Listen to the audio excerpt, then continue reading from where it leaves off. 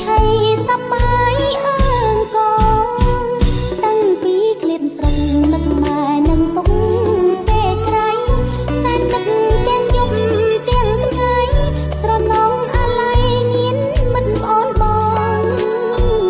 កាលពីនៅស្រែជួបជុំពុកម៉ែ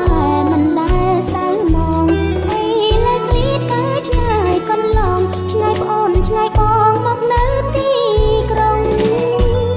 ស្រណងកាខ្ទុំរសៀលរីយំអើងកងស្រណងត្រយងហៅផងយំផងហៅឆ្លងវាលធំស្រណងក្លិន